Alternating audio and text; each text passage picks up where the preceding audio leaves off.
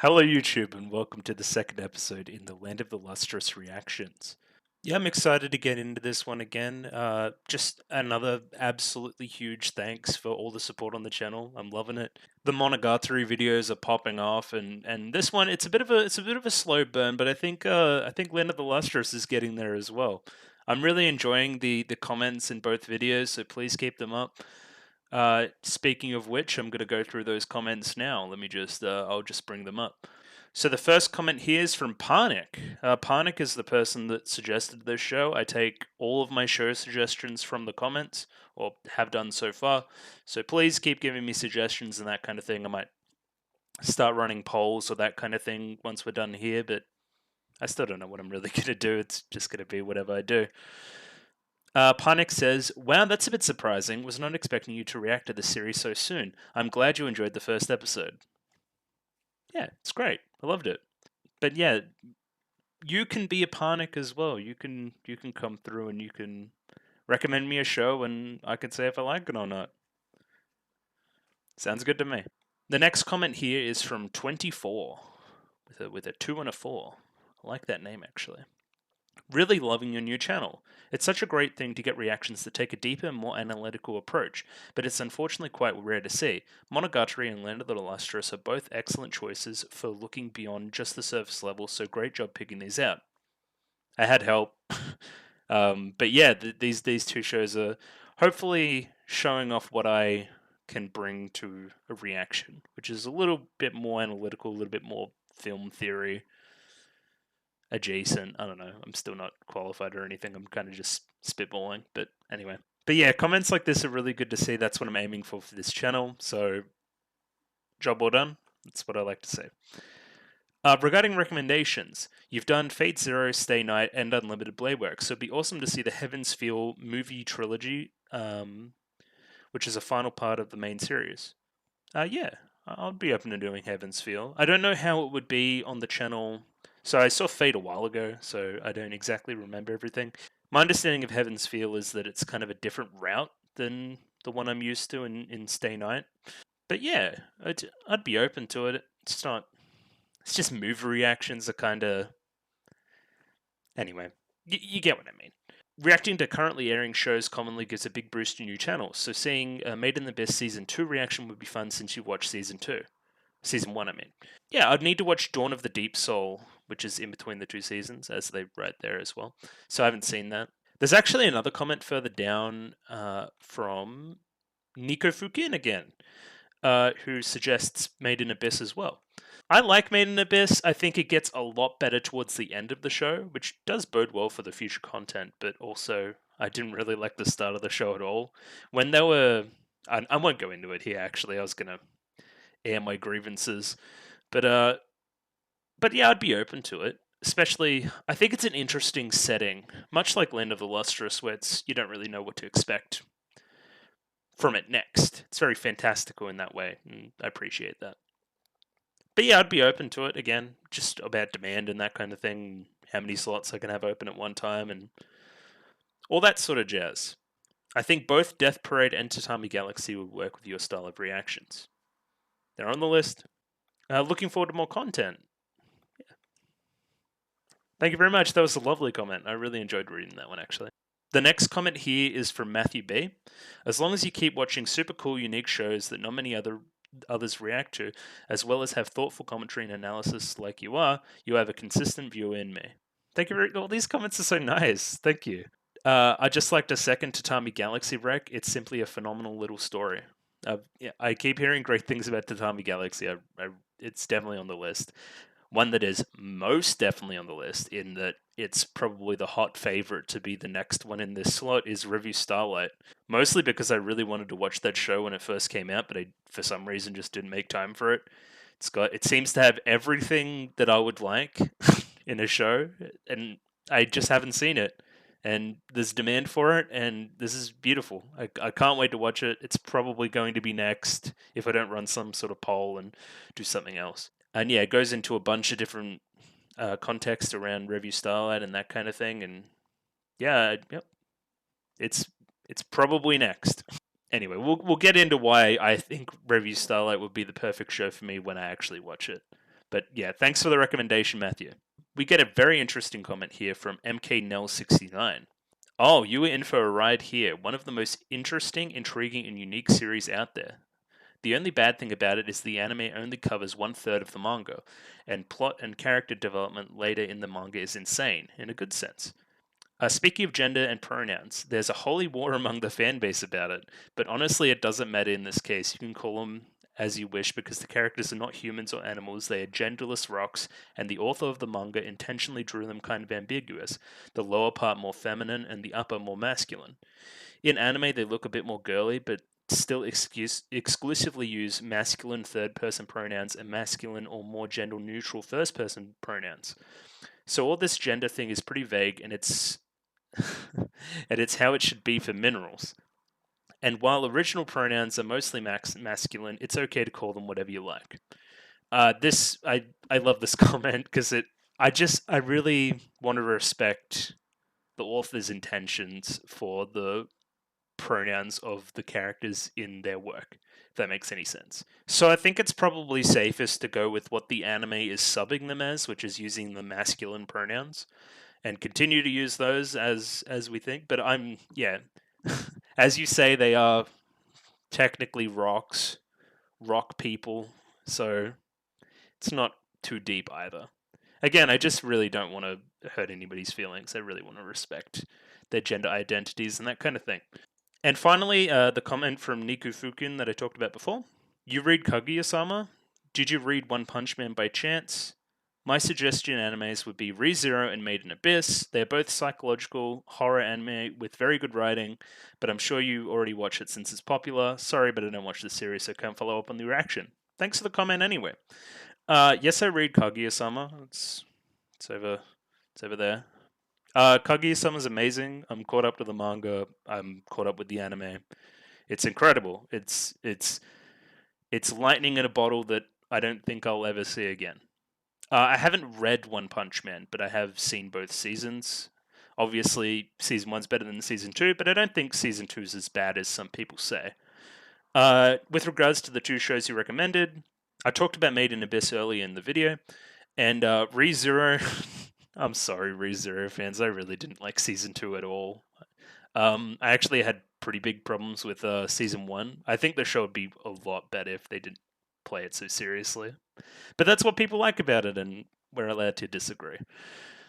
And all that kind of jazz. But yeah, thank you very much for the comments. The Land of the Lustrous reaction actually has a great ratio of watchers to commenters at the moment, so please keep commenting. I'm going to read all of them as we keep going, and they're always very interesting. Now I'm going to do a little bit of a recap of the last episode, and this is a bit different to Monogatari, where Monogatari is it's not as much plot, so there's not as many plot points to follow into the next episode. But this one has a fair few because, as a good pilot does, I think it's set up a lot of stuff.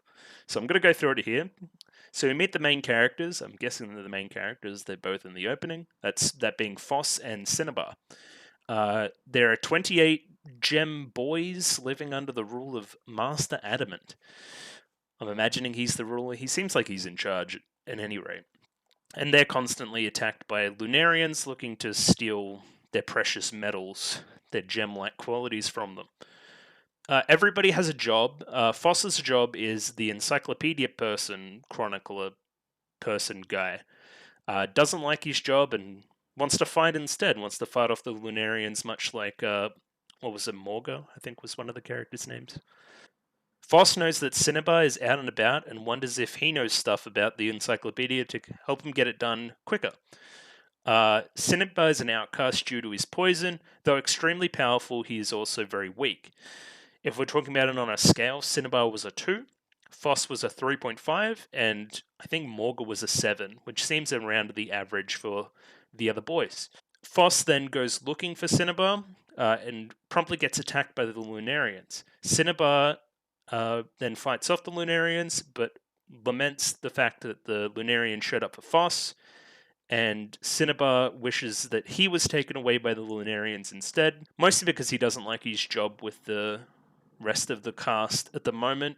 He's really on nights and can't interact with anybody due to the poison. Foss goes to visit Cinnabar again, but in the process drops this clipboard of destiny that I've decided to call it, whilst Foss vows to find a purpose for Cinnabar so that Cinnabar doesn't want to essentially be taken away by the Lunarians and end his own life, or all sorts of other implications we can take from that.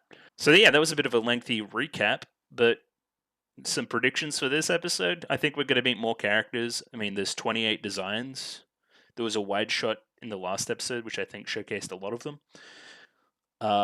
Clipboard question mark? I'm still following this crazy clipboard theory that I've got going on, that clipboard is very important.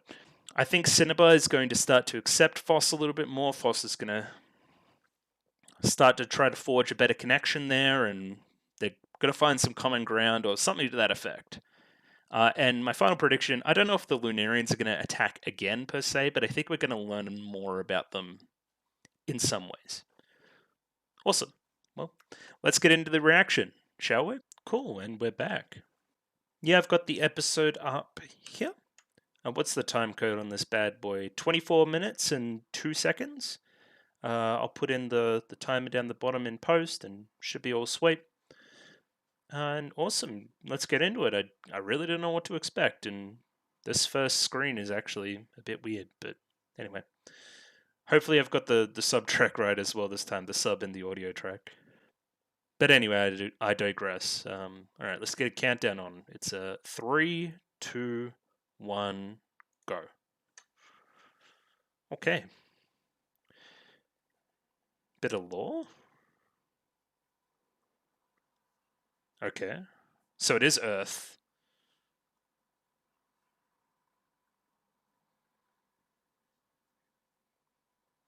Okay.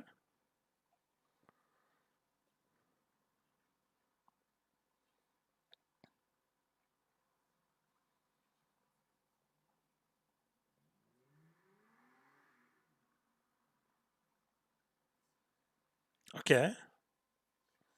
This is actually good info.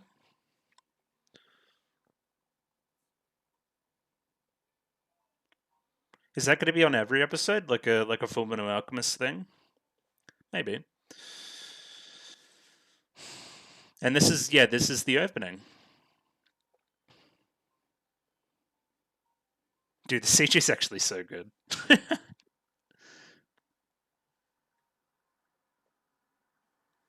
This song goes crazy too. Alright, let's get comfortable.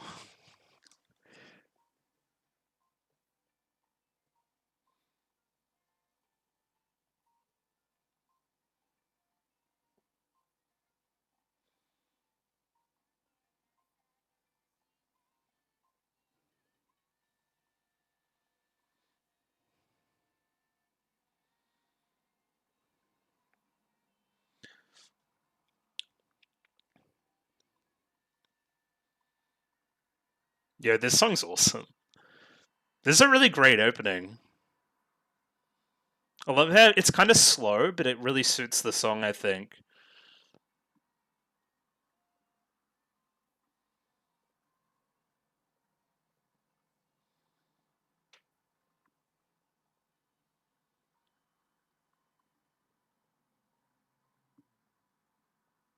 Cozy Foss. Yeah, Studio Orange. Yeah, cool. Diamondo. Oh, that's kind of like the Earth they just saw, like shattered. It's like the same kind of look. Okay.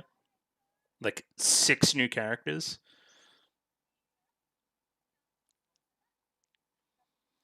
The way they're moving right now is very Beastars.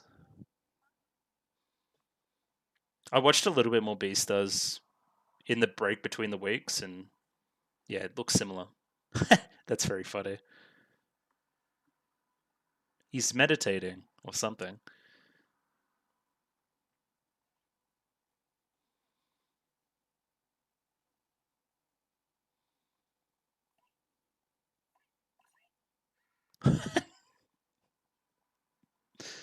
Even that's pretty good.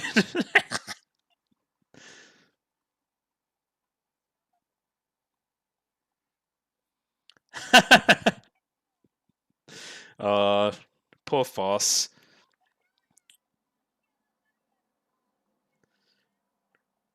I was gonna say Foss isn't overburdened with intelligence, which is good. Speaker Jade.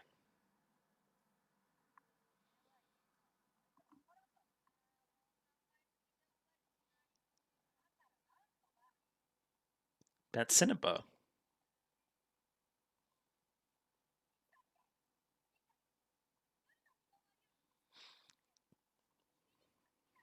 It's a nice sentiment, isn't it?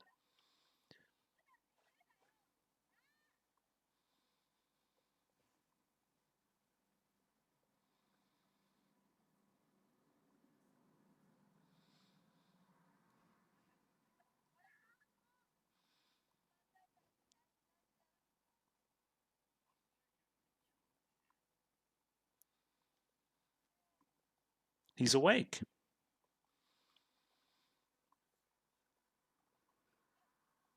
Okay, Speaker Jade.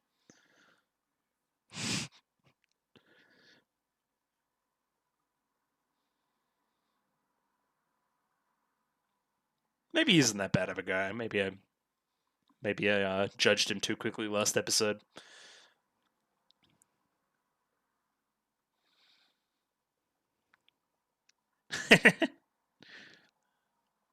No, she really wants to say something. What?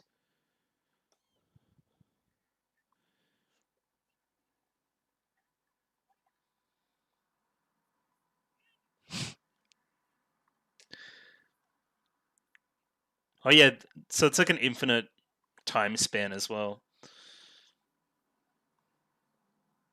Cleavage.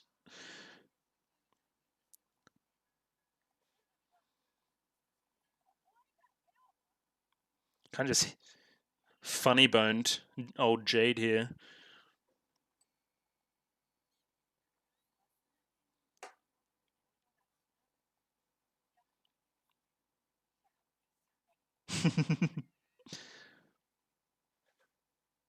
Oh my goodness. No, yeah, don't do that. I mean, that's mean, but she's right. He's right. I know they said not to worry about the pronouns, but I'm trying to make it a habit.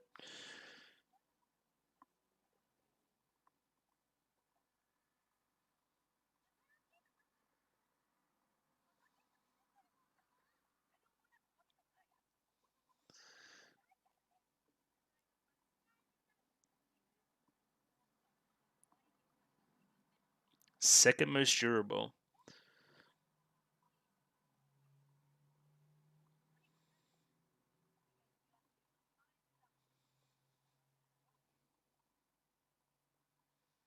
That grass looks so good. Okay, so yeah, Dia from last episode, short for diamond. Makes sense.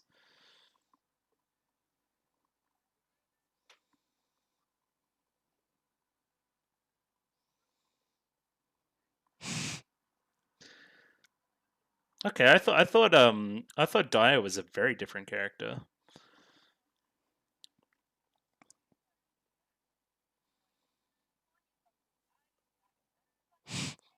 It's not how ideas work. I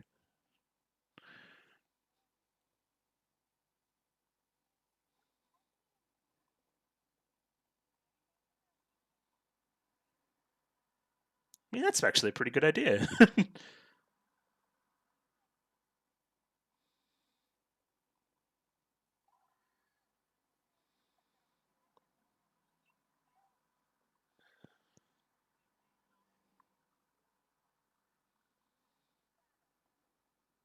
Okay, so like top of the scale is like 10.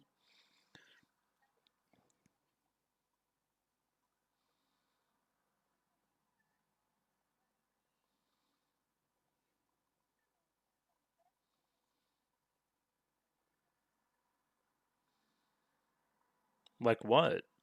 You seem pretty perfect.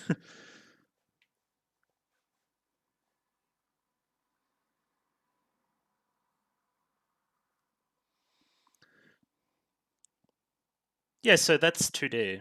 Okay. But remember when I said I predicted that we'll be meeting like a million different characters?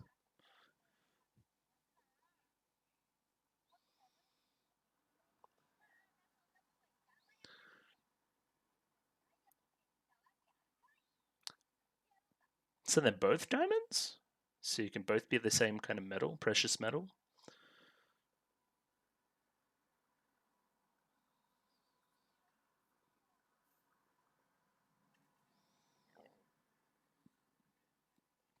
Oh, and the Lunarians are back. We get to see some Diamondo action.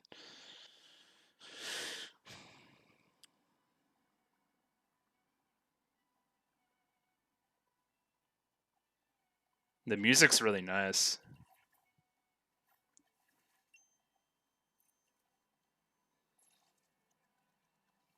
Oh, it was cool. Like the music reversed as they went backwards. That was really awesome. Dude, that's a cute jump. I liked that. Not quite yet.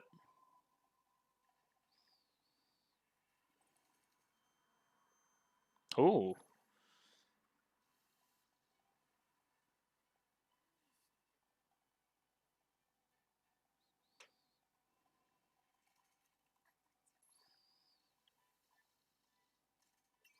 sword looks a bit on the weaker side.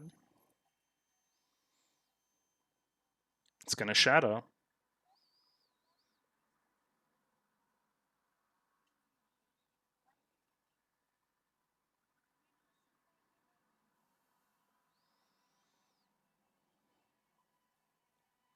So is this like a bigger type of Lunarian?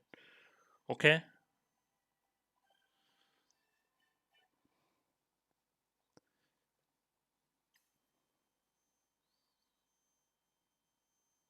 Oh no.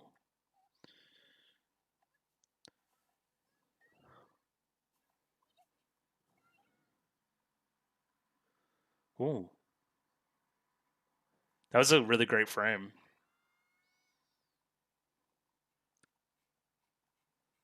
Is she gonna get taken?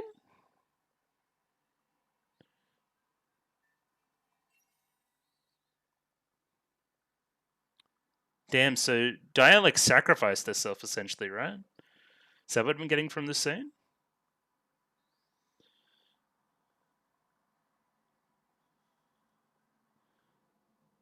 And who are you?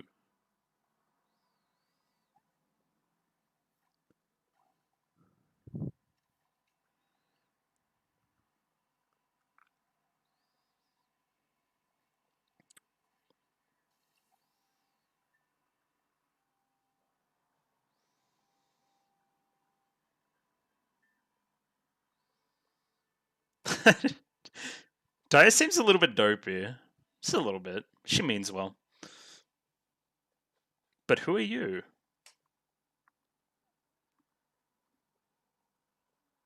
Okay, so that's Bolt.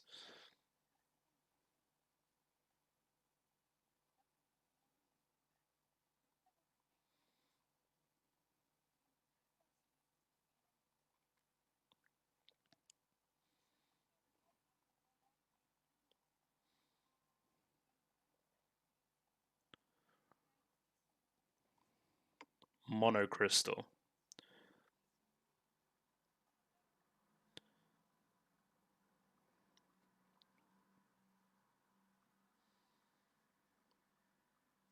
Bortz is really strong. Okay.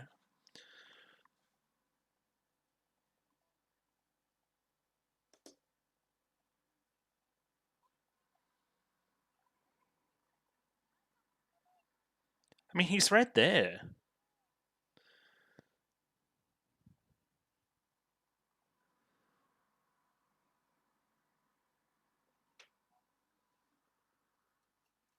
But you're awake.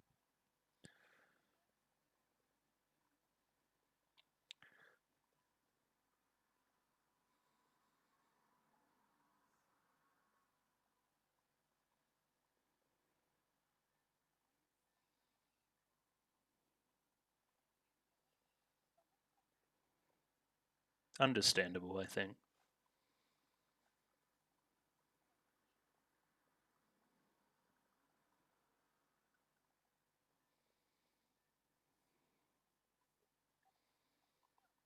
Interesting. I really like that.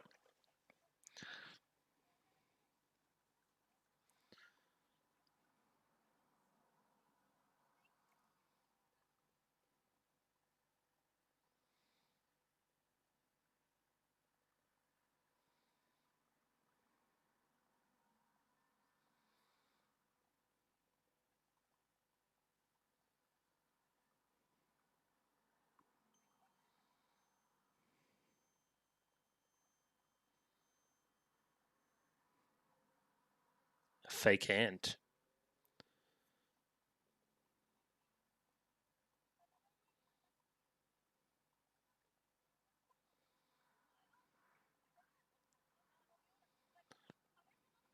I know that it's voice actor as well.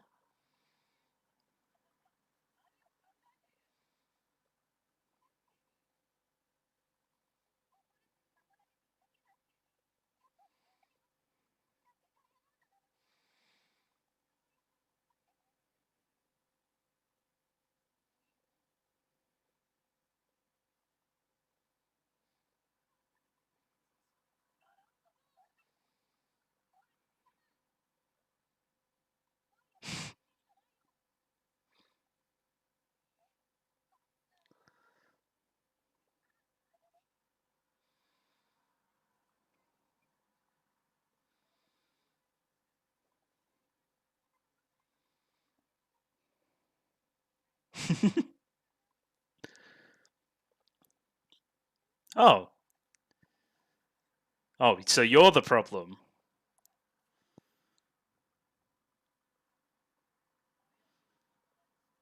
Oh my goodness.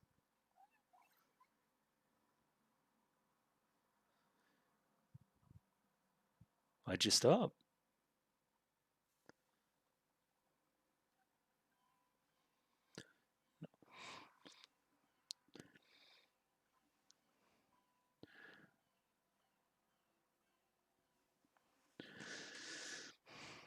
The big boss. I love the musical cues in the show. It's really awesome. That waste of space.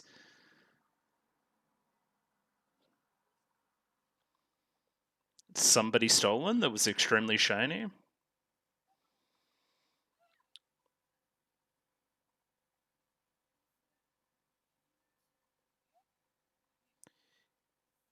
He's out here meditating.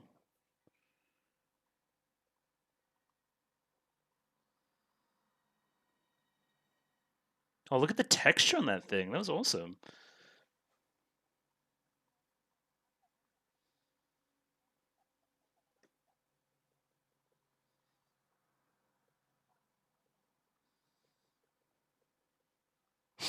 Foss is always causing trouble.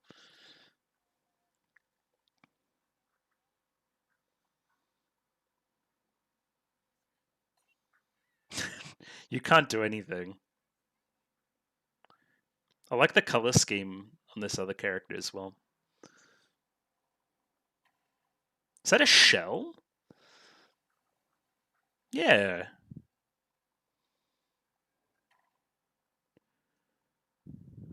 I like how otherworldly it looks in the setting.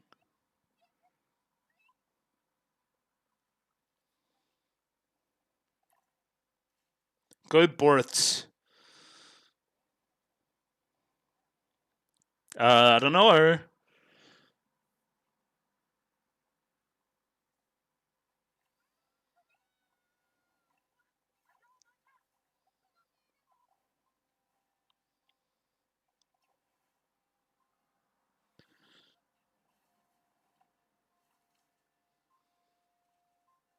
That's a great shot. This is really awesome.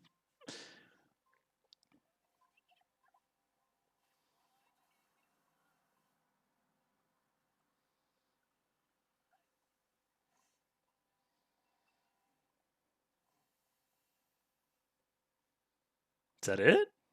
I hope not.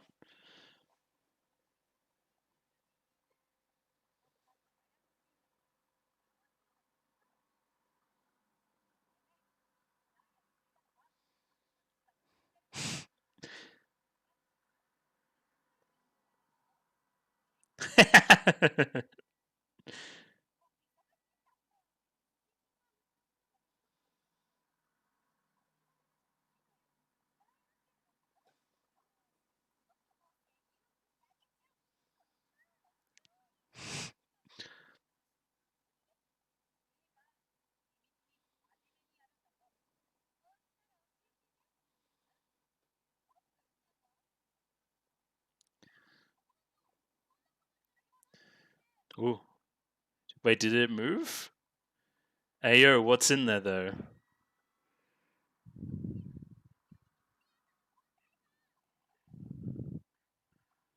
Uh, bro, I'd be terrified. What the hell? Giant snail.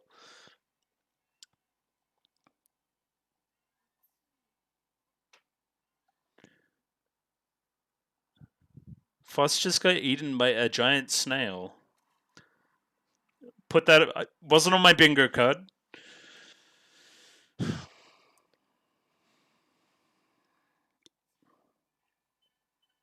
like an acid snail.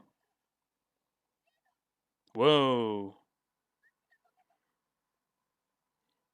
Yeah, that is an acid snail. Oh my god.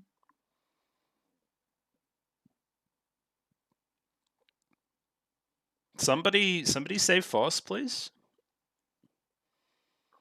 Foss is dying?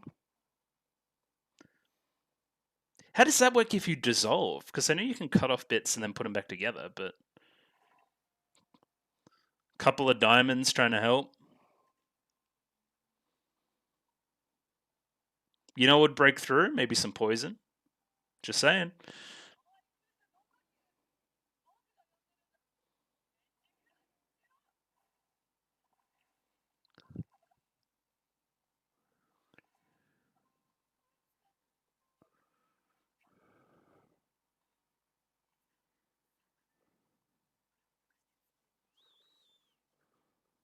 I mean, it's working. A dim-witted weakling. Yeah, that's what I'm wondering as well.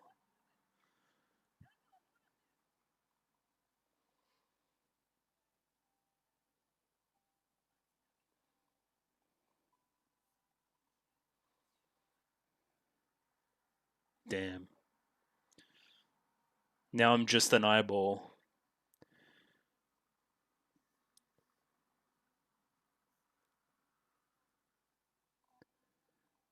That's the last thing that he thinks of in death. Must be weighing on the mind.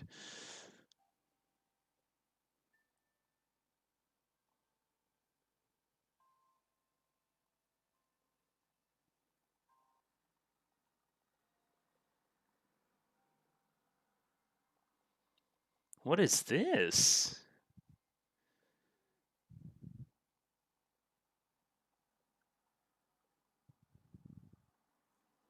How's that the end?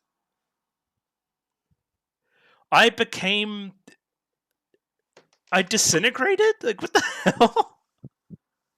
Okay, now we have an ending to watch at least, but oh my god. Where's the show ever gonna go?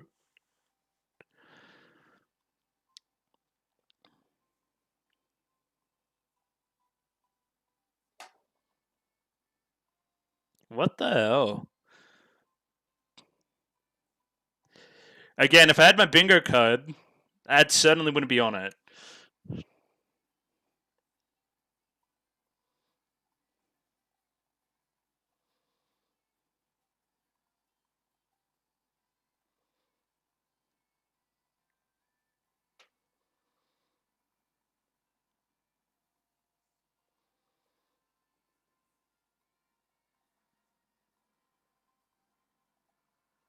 The song's great too.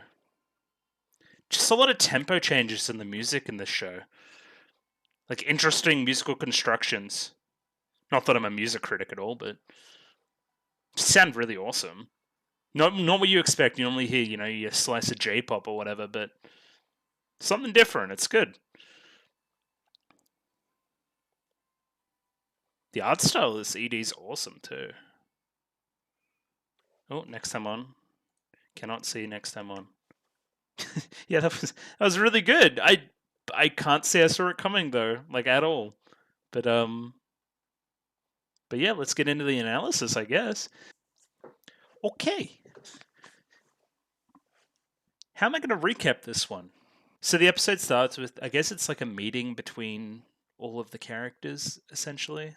The speaker at the council, Jade, is then asked by Foss what to do about Foss's predicament. Foss's predicament being what to do with Cinnabar, not his encyclopedia, which everybody else seems to think it's the encyclopedia. Jade points Foss in the direction of Diamond. When Foss finds Diamond, they have an interesting conversation, which I'm going to delve into later. Before being attacked, Diamond tries to hold off the foes, but is eventually worn down and is willing to give his life for Foss.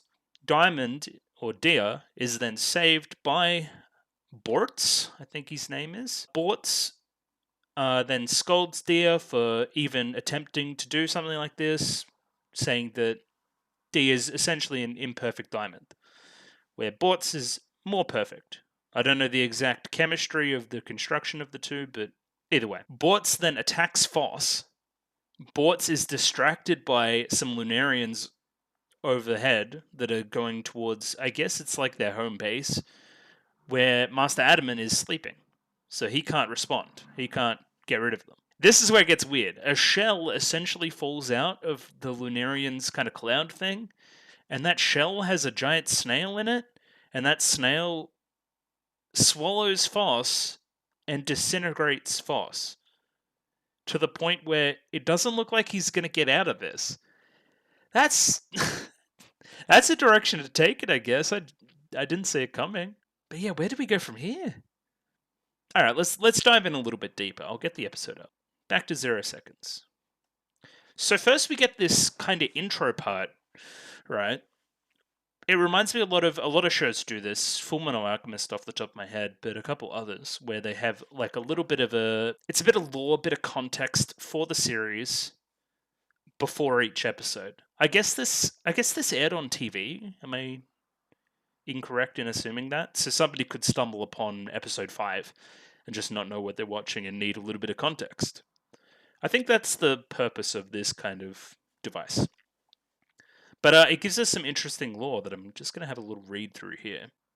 So 6 shooting stars hit the planet, fracturing the Earth 6 times and giving birth to 6 moons.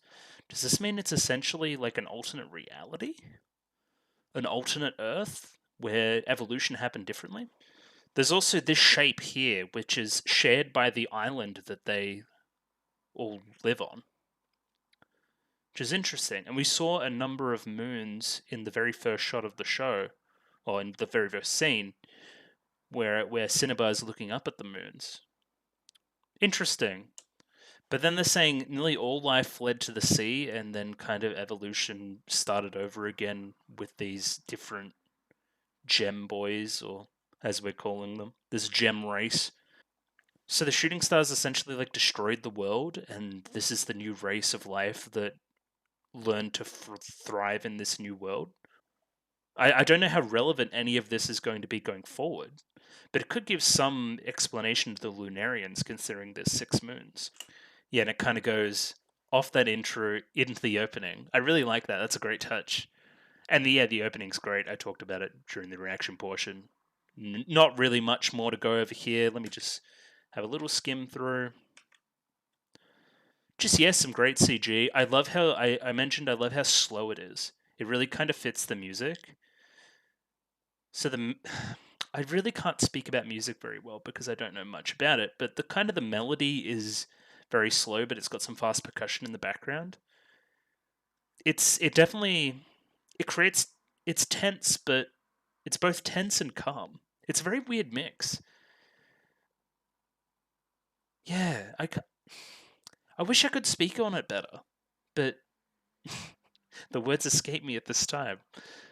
But yeah, another one to follow, I guess. Just yeah, the opening fascinates me. It really does, because it shouldn't work as well as it does, I don't think, but it really does work.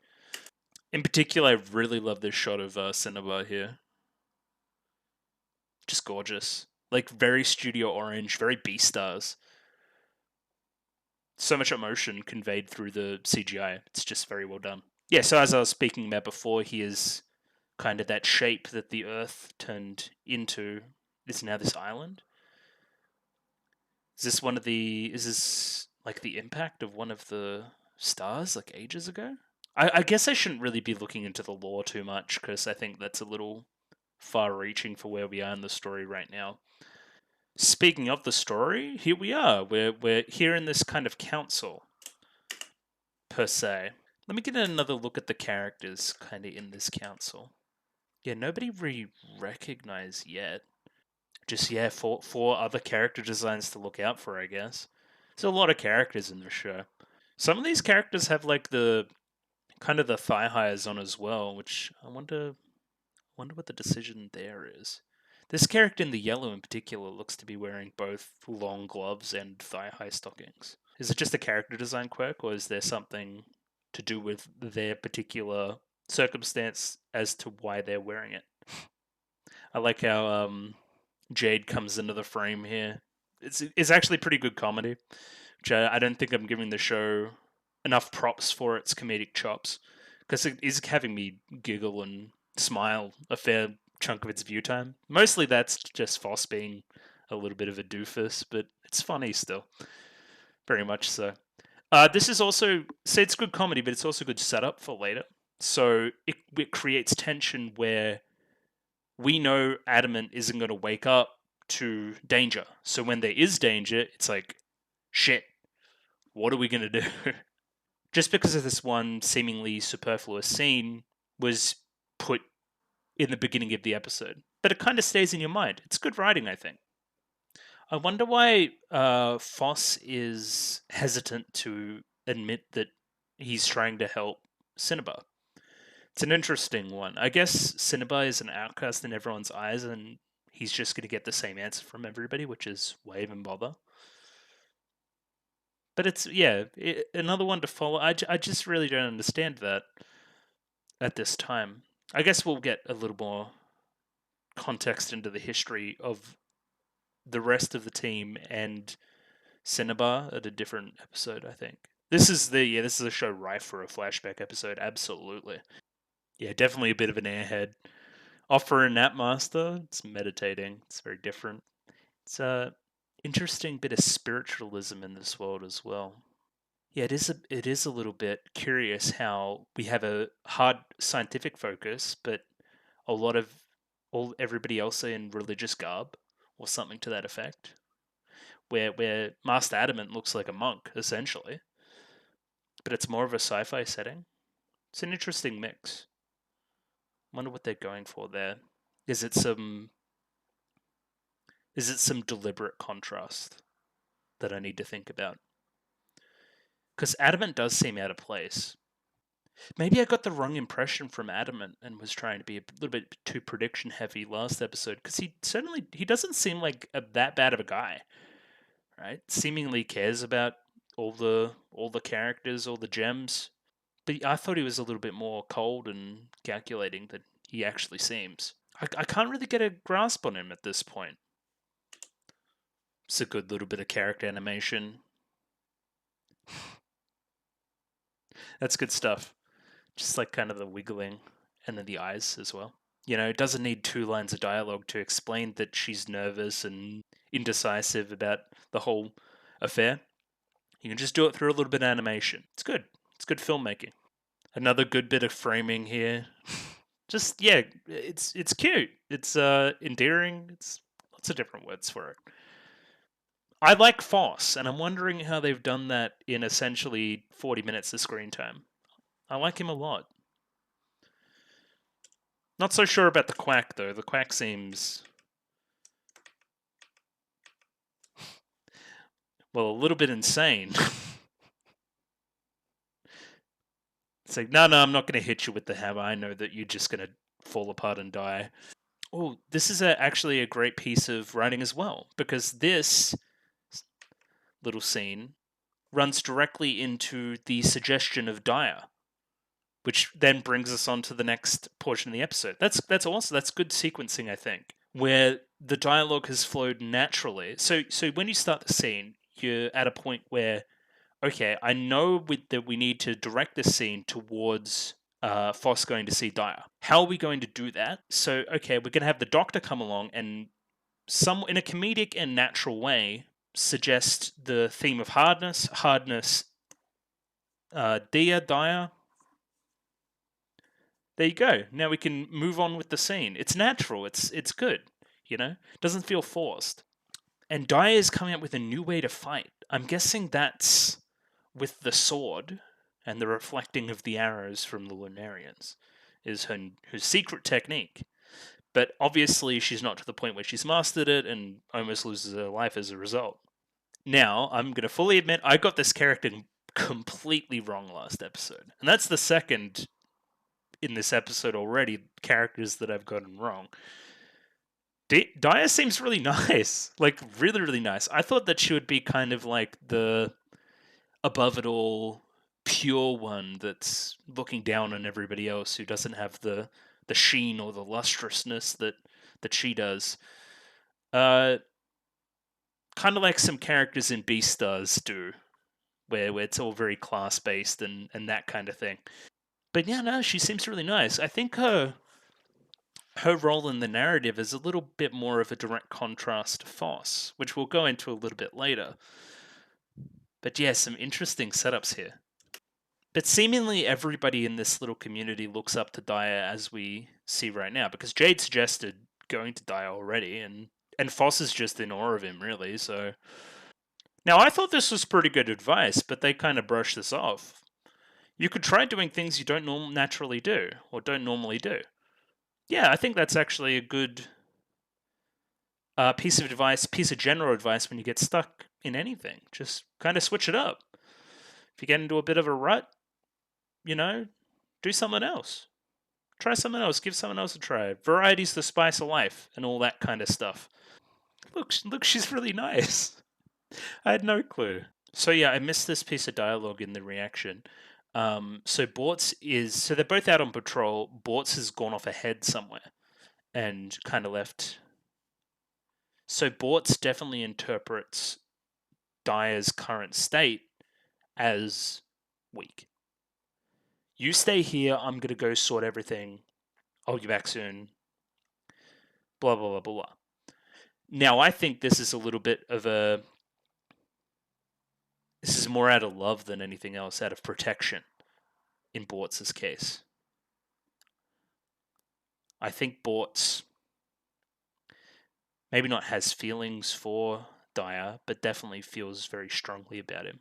And is therefore like, I cannot risk you even getting hurt. You're going to stay here. I'm going to take on everything. I'm going to lift everything. I'm going to be the strongest. So you can just be you. But is, of course, a bit of a tsundere and doesn't let this come across in a satisfactory way. I think that's where we're going. But in the meantime, it just seems like he's kind of a tool.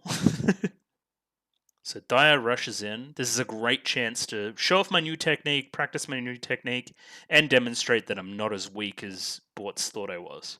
So they're playing instruments. Are they kind of playing the soundtrack that we see play out? Because there's a very interesting part where they shoot arrows at Dyer, and I might bring the audio up for this.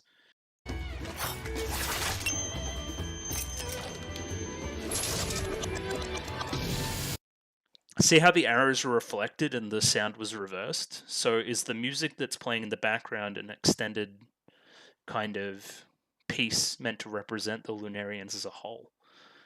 That's some good stuff. That's some good filmmaking. You can definitely hear the percussion pick up in the scene where they're playing the percussion as well.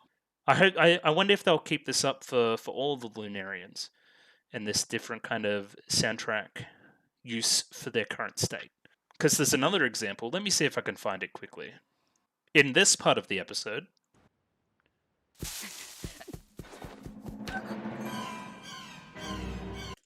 where there's a massive audio cue for this seemingly boss type Lunarian carrying a giant shell with a snail, but we'll get to the snail. Food for thought. It's one to follow. The musical the use of music in the show. The music itself is wonderful as well, but the use of it's very good. I think I made note of that in the first episode of this reaction, that I think the use of music would be like really good. I think the two shows. Who did I highlight? Oh yeah, it was because of the use of music in Mushoku Tensei and A Place Further than the Universe that that I thought the musical direction of the show would be very good. But and case in point, it's very good. It's extremely good. But back to the scene at hand, we kind of see Daya repeatedly reflecting these arrows, but destroying the weapon in the process. Obviously, this new technique does need some refining. I keep saying arrows, but they're probably spears. Yeah, we see the damage there. So this was a little bit confusing at first, but Daya takes Foss and throws him across the battlefield. I thought this was to throw Foss as a distraction to get away himself, but that's not what occurred. What I think occurs in this scene is that Daya is kind of trying to save Foss, which is you're a complete 180 from what I thought. I thought you were absolute bitch, but yeah, no, it's very heroic. I like that. That's something that we would have seen out of Foss in the first episode. This kind of self-sacrifice little thing we got going on. Further emphasizing the point that I think these two characters are meant to reflect either side of the spectrum. They're meant to reflect each other in a certain way.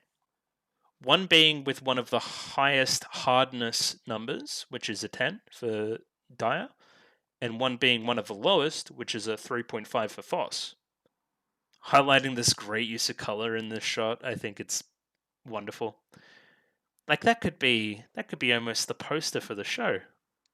That's exquisite. I love it. Great uses of purples there.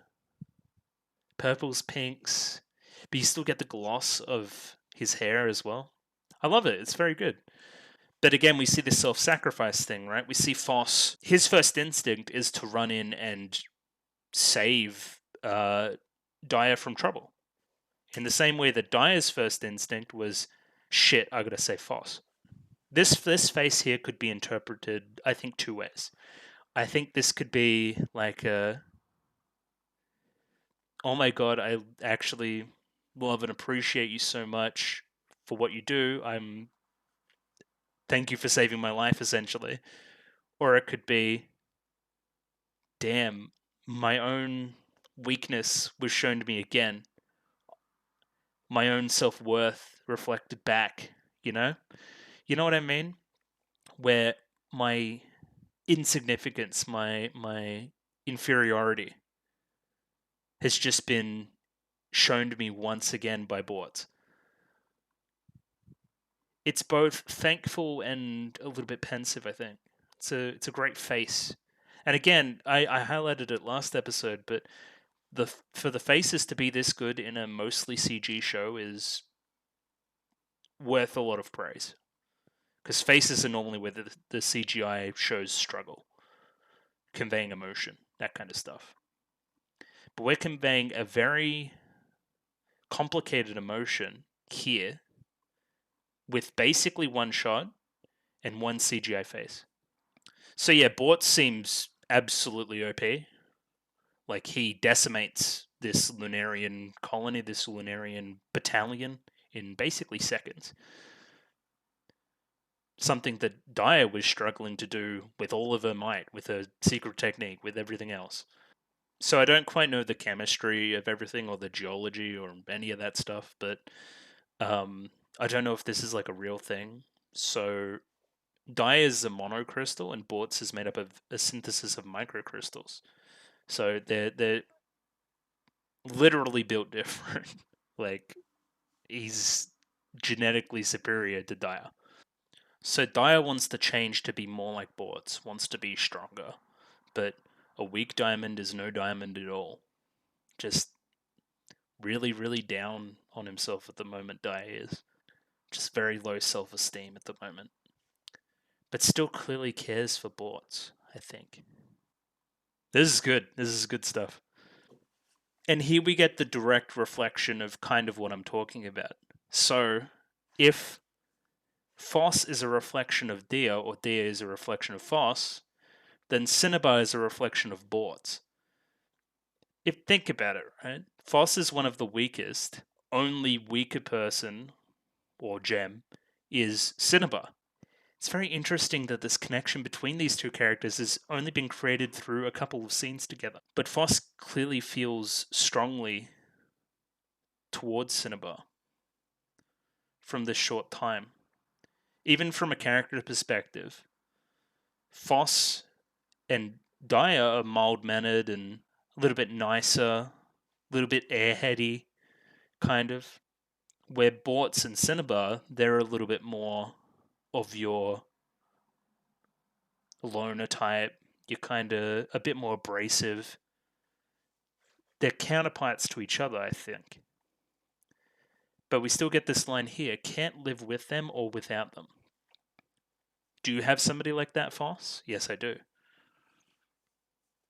Interesting. That's a curious connection.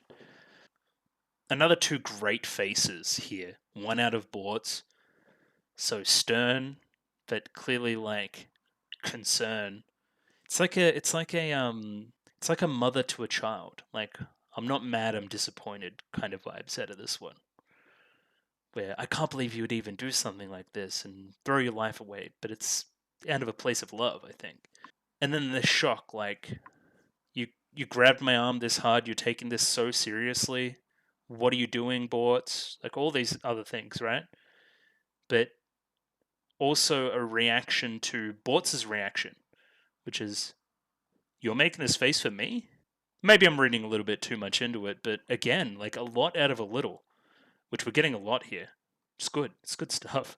And here we see Dia's secret, I guess we could say. Something has happened before that has taken her hand away. She's putting on a bit of a front that she's, all well adjusted and well put together and all these kind of things. But the reality is, she's just as susceptible to these Lunarians as everybody else.